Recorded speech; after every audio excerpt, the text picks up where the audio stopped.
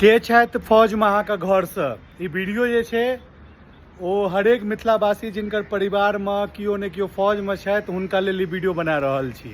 और अहाँ सब बेहिचक कमेंट करू कि अहाँके फैमिलीमे अहाँके परिवारमे अहाँके सम्बन्धीमे अहाँके गाममे के फौजमे छथि और हुनका सैल्यूट कयल जाय ने।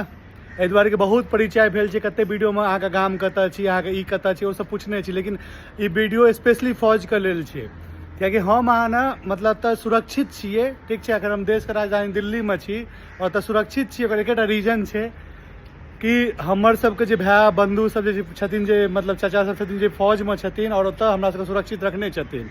और हुनका लेल, हुनका मोटिवेशनके लेल ई वीडियो बना रहल छी। अहाँ सब जरूर कमेंट कऽ के बताउ अहाँके परिवारमे अहाँके गाममे के फौजमे छथि, कियाकि हुनके ओ सब हुनका सबके लेल प्रार्थना करबाक छै अपना सबके। और पूरा भगवान से प्रार्थना करियो, दुर्गा महारानी से प्रार्थना करियो कि वो सब सुरक्षित रहथिन। कियाकि ऑलरेडी अपना सबके पता है कि अखन जे सिचुएशन चलि रहल छै एकटा जंग के फेज में घुसि चुकल छी अपना सब।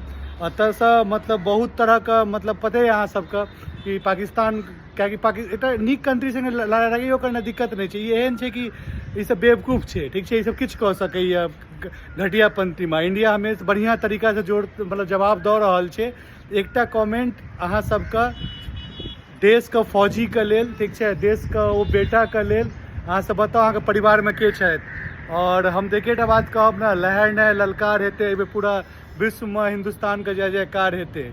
हम तो बहुत अपना आपके प्राउड फील कऽ रहल छी और अपना आपके मतलब बहुत मतलब आत्मसंतुष्ट छी, लेकिन हुनके वजह से छियै ना, ठीक छै, भगवान। और अखन धरती पर अखुनका टाइम में पूरा हमेशा शुरुए से फौज, भारतीय सेना के वजह से हम सब महफूज छी। तो एकटा अहाँ सब कमेंट करू अहाँके परिवार में, अहाँके गाम में के फौज में छथि और हुनका अहाँ सब टैगो कऽ सकै छी।